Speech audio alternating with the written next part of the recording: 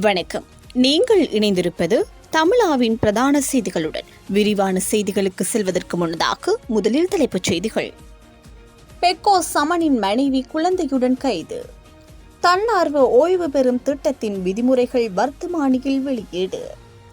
ஸ்ரீலங்கன் ஏர்லைன்ஸின் சிறப்பு தள்ளுபடிகள். வெளிநாட்டு பயணங்களால் சிக்கலில் முன்னாள் அரசு நிறுவன தலைவர்கள். புனரமைப்பு செய்யப்பட உள்ள மானிப்பாய் கட்டுடை முதலியார் வீதி. இனி தொடர்பான விரிவான செய்திகள். இந்தோனேஷியாவின் சமீபத்தில் கைது செய்யப்பட்ட ஒழுங்கமைக்கப்பட்ட குற்ற கும்பல் உறுப்பினர் பெக்கோ சமனின் மனைவி மற்றும் குழந்தை அந்நாட்டிலிருந்து நாடு கடத்தப்பட்டு நேற்று கட்டுநாயக்க விமான நிலையத்தை வந்தடைந்தனர்.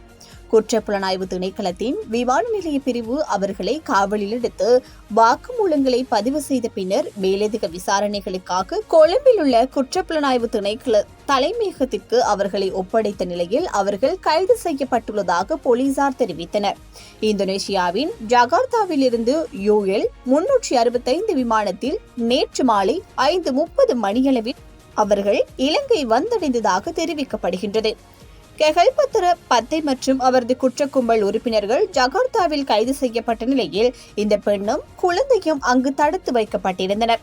இருப்பினும் பெண் மீது கடுமையான குற்றவியல் குற்றச்சாட்டுகள் எதுவும் பதிவு செய்யப்படாததால் இந்தோனேஷிய அதிகாரிகள் அவரை இலங்கைக்கு நாடு கடத்தியதாக கூறப்படுகின்றது.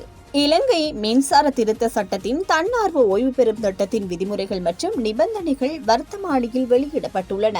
எரிசக்தி அமைச்சர் குமார் ஜெயக்கொடியின் கையெழுத்துடன் வெளியிடப்பட்ட இந்த வர்த்தமானி அறிவிப்பில் இலங்கை மின்சார சபையின் நிரந்தர ஊழியர்களுக்கு பொருந்தக்கூடிய விதிமுறைகள் விளக்கப்பட்டுள்ளன. 2024 ஆண்டு இலக்கம் 36 இலங்கை மின்சார சட்டத்தின் 18ஆம் சரத்தின் 3வது உபசரத்தின்படி இந்த உத்தரவு வெளியிடப்பட்டுள்ளது. அதன்படி தன்னார்வ ஓய்வு பெறும் திட்டத்தின் கீழ் நிரந்தர ஊழியர்களுக்கு வழங்கப்படும் இழப்பீடுகளாக 10 ஆண்டுகள் அல்லது அதற்கு மேற்பட்ட சேவை காலம் கொண்ட ஊழியர்களுக்கு முதல் 10 ஆண்டுகளுக்கு ஒவ்வொரு 12 மாத சேவைக்கும் 2 மாத சம்பளமும், மீதமுள்ள ஒவ்வொரு 12 மாத சேவைக்கும் 1.5 மாத சம்பளமும் இழப்பீடாக வழங்கப்படும். 10 ஆண்டுகளுக்கும் குறைவான சேவை காலம் கொண்ட ஊழியர்களுக்கு ஒவ்வொரு 12 மாத சேவைக்கும் 5 மாத சம்பளம் வழங்கப்படும். மீதமுள்ள சேவை காலத்திற்கு இழப்பீடு இல்லை. மேலும் ஒப்பந்த அடிப்படையில் பணிபுரியும் ஊழியர்களுக்கு இழப்பீடு வழங்குவதற்கான விதிமுறைகள் உள்ளிட்ட பல நிபந்தனைகளை வர்த்தமானி அறிவிப்பில் வெளியிடப்பட்டுள்ளன. ஸ்ரீலங்கன் ஏர்லைன்ஸ் நிறுவனம் 46வது நிறைவாண்டை கொண்டாடுகின்றது.